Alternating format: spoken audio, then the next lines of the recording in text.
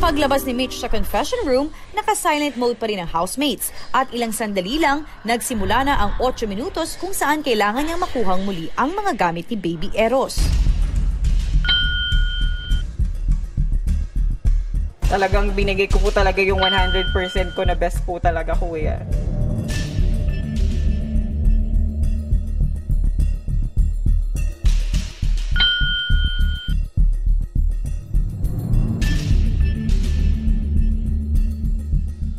Nung nalaman ko pong kailangan ko pong kunin lahat po ng mga tinago po ng multo, in 8 minutes po, talagang pinaspasan ko po talaga yung kilos ko, kuya.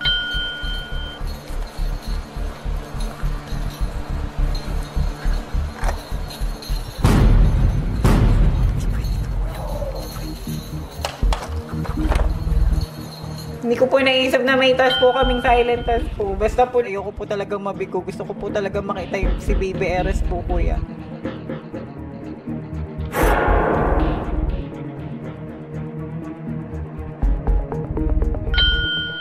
Ngunit mukhang sa panghuling gamit na kailangan nito ay mapapalaban si Mitch dahil dala-dala ito mismo ng monster.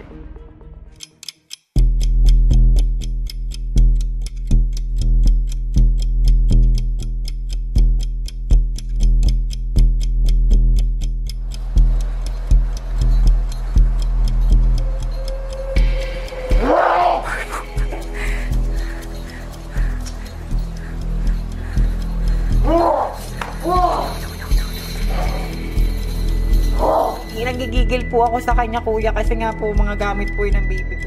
Si Mitch hindi naman nagpatalo at nakipag-agawan hanggang girls' bedroom para sa huling gamit ni Baby Eros.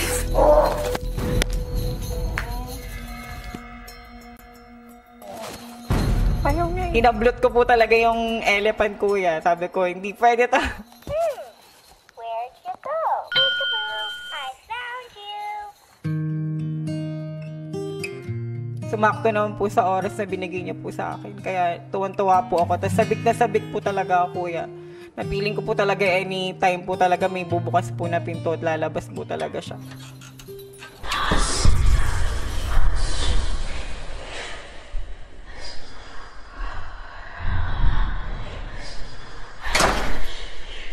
Makalipas ang ilang sandali, Mitch, Po. sa loob ng 8 minuto, nagtagumpay kang makuha ang 8 gamit ng iyong anak. Ang bawat gamit ay tinutumbasan ko ng 8 minuto para makapiling mo ang iyong anak na si Eros.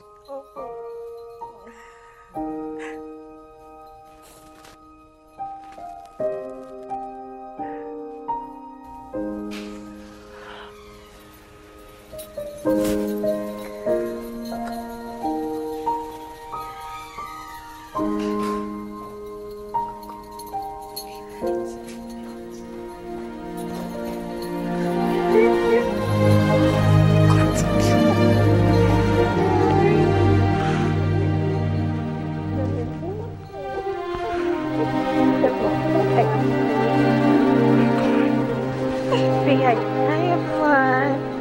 Hey, everyone. Thank you. Thank you.